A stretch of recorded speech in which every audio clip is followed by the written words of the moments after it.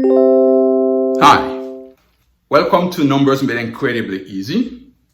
This video is about household units. But before we go over the household units, I want to take a minute to review the metric system because I met a student today.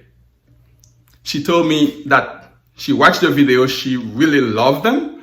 She understands the metric system, but for some reason she has trouble remembering the order of the prefixes. And I told her the story about King Hector, and that really helped her. I think you might benefit from it too. That was a King Hector. He had an allergy to milk and any milk product. But one day at a party, for some reason, he got carried away and not only he drank chocolate milk, he also drank milkshake. And 2 hours later, he had a severe allergic reaction, anaphylaxis, and he died. So this is how it goes. King Hector died by drinking chocolate milk, and milkshake. King Hector died by drinking chocolate milk and milkshake. The K in King is for kilo. The H, Hector. The D is for deca. The B, remember what we call the base. This D is for deci. This is centi. This M is for milli. And this dot, I put the dot is because the last M is for micro. But unlike all these that are consecutive, they come one after the other. Between the milli and the micro, there are other units, but we're not interested in those units. All right? So kilo, hecto, deca, base, deci, centi, milli, dot, micro. So if I have 1 kilo, whatever it is, because the base, that's where you're going to have either your gram or your meter or your liter. Okay? So 1 kilogram, I can go down the chain. I put 1 0 here, 1 0, and 1 0 for the base. So 1 kilogram would be 1,000 grams. That's how it goes. Or if I go from right to left, I would have 1 milligram if I go this way. So it'd be 1 0 here, 1 0 here, let's say decigram. So 1 milligram would be 0.01 decigram. Okay? All right, now let's move on to household unit, which is the subject of this video today, as I said earlier. And please don't call me about King Hector because it was a made-up story. All right? Thank you. Okay, household units. What are they? These are units we use around the house in the United States. Now, it depends on what is it you're measuring. Is it solid or liquid or fluid? If it's solid, we have a set of units. And if it's liquid, we have another set of units. And please, I want you to remember them, to commit them to memory because you're gonna need them. This you need for your equivalent and unit analysis. to solve a problem in unit analysis, you need to know those. You need to remember. Now, if I'm measuring solid, okay, let's say sugar, salt. So it's gonna be like weight base.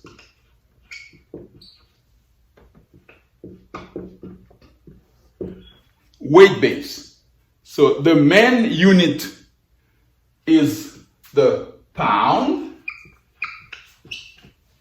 and the symbol for the pound is LB.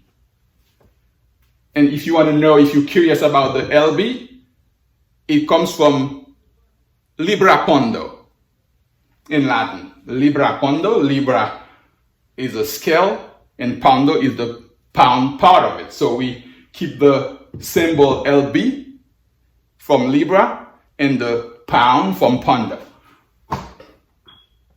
The pound equals 16 ounces.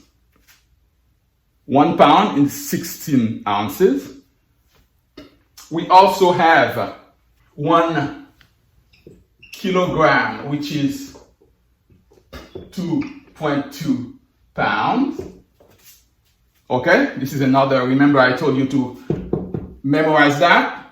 And 1 ounce is 454 grams. So you see we're already shifting from metric system to household unit. You see the relationship, these three. Now, if we are measuring fluid, milk, coffee, tea, water, we call all of them fluid. We have another set of units we use. The main one is the fluid ounce. Remember the ounce here? 1 pound is 16 ounces. This is for solid, but we have the fluid ounce. That's why they usually write the FL in front of it to make the difference between the solid and the fluid one. 1 fluid ounce is 30 milliliter. After the fluid ounce, we have the teaspoon. All right? The symbol of the teaspoon, TSP. All right? 1 teaspoon equals 5 milliliter. After the teaspoon, we have the tablespoon. The tablespoon. The tablespoon, TBSP, or capital T. 1 tablespoon is equal to 3 teaspoons, which is also 15 milliliter. All right. After that, we have the cup. 1 cup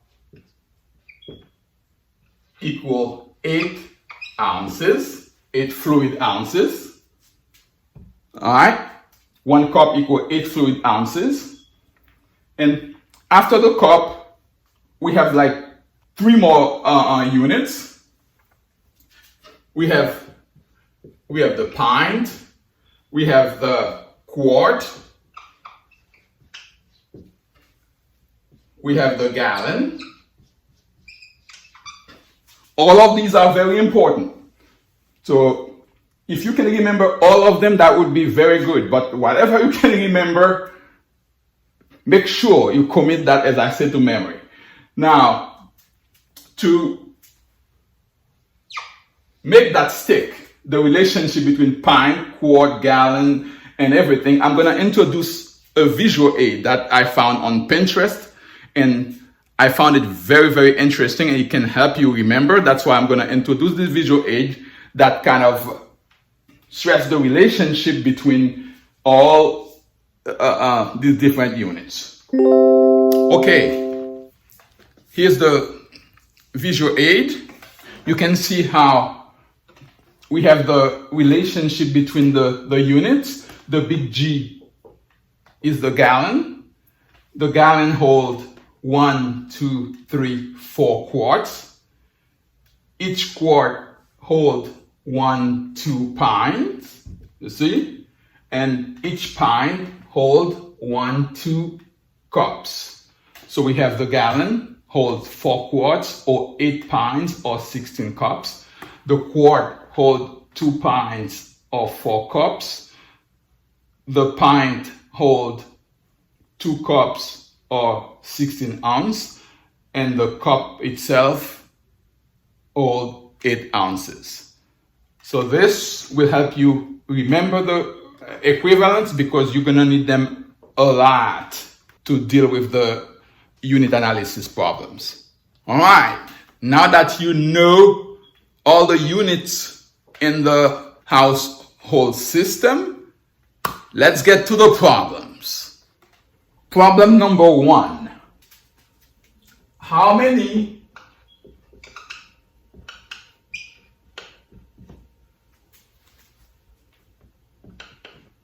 milliliter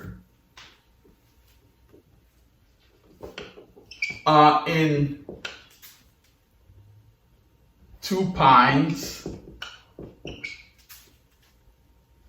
of milk? We have 2 pints of milk.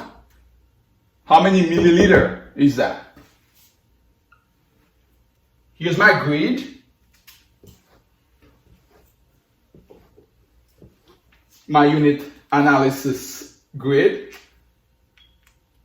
I'm gonna start from pints and end with milliliter. So my answer is in milliliter. Now here's the 2 pints. All right, so how do I go about that? We know we're gonna cancel pints and cancel every single unit that shows up until I get my final answer. All right, let's go.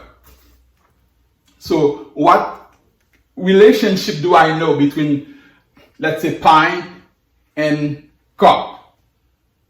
I know, for example, that 1 pint holds 2 cups, right? And then pint will cancel out. Okay, now I'm left with cup. What relationship or equivalent do I know between cup and something else? I know that 1 cup equal 8 ounces, right? We're getting there. We know cup will cancel out. Now I have ounce. I need to cancel ounce finally. What equivalent do I know between ounce and something else? Let's say ml. I know that 1 fluid ounce equal 30 milliliter. So ounce will cancel out. Do I go any further? There's no need to, because here I have ml. That's the only unit left in my grid, unit analysis grid. So I know I don't have to go any further. Now, what do I have to do? Just multiply 2 times 2 is 4. 4 times 8 is 32. 32 times 30 is 960 divided by 1 times 1 times 1. So the final answer is 960 ml. So I have 960 ml in 2 pints of milk. Clear? Very good. Now let's get to the second problem. Problem number 2.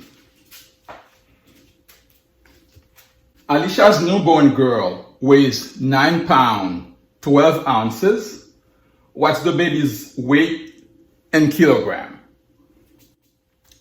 That's shorter than the previous one. We just have to remember the relationship between pound and kilo, between ounce and kilo, and we find. Now, there are three ways of doing this problem, solving this problem. Either you change everything into pound and you take it from there, from pound to kilo, or you change everything into ounces and you take ounces all the way to kilo, or you do it separately, piecemeal. You do the 9 pound to kilo separately, plus the 12 ounces to kilo separately.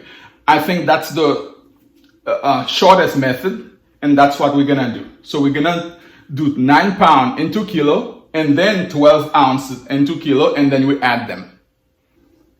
Here's my grid here. We have 9 pound into kilo. This is one step, remember. We have 2.2 pound in 1 kilogram.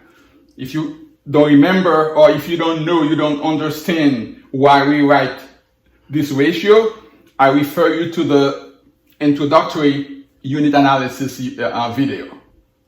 9 pound times 1 kilo over 2.2. Pound cancels out. So we have 9 pounds into kilogram. So it's 9 pound times 1 kilo over 2.2. Pound cancels out. We're left with 9 times 1 kilo over 2.2. 9 times 1 is 9. 9 divided by 2.2. The answer is 4.09 kilogram. Now, the second part of it, which is the 12 ounces. We have 12 ounces in 2 kilogram. Remember, our answer will be in kilogram. Now for this, there's gonna be one more step. We take ounce to pound and then pound to kilogram. Remember, we have 16 ounce in 1 pound. Okay, so ounce will cancel out. And the next step will be, we have 2.2 pound in 1 kilogram, and pound will cancel out. So we have 12 times 1 is 12, times 1 is 12, over 16, 16 times 2.2. So it's 12 over 16 times 2.2. The answer is 0.34 kilogram. So this is the 9 pound. This is the 12 ounce part of it. So when we add both answers, the final answer in kilogram is 4.43 kilogram. So the baby weighs 4.43 kilograms. All right? Thank you so very much for watching.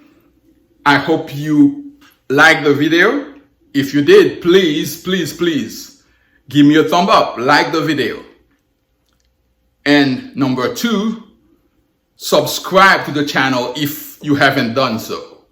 After you subscribe, please click on the bell icon so you have notification when we have new videos. And last but not least, share the videos with your friends. All right? Thank you so very much, and see you in the next video.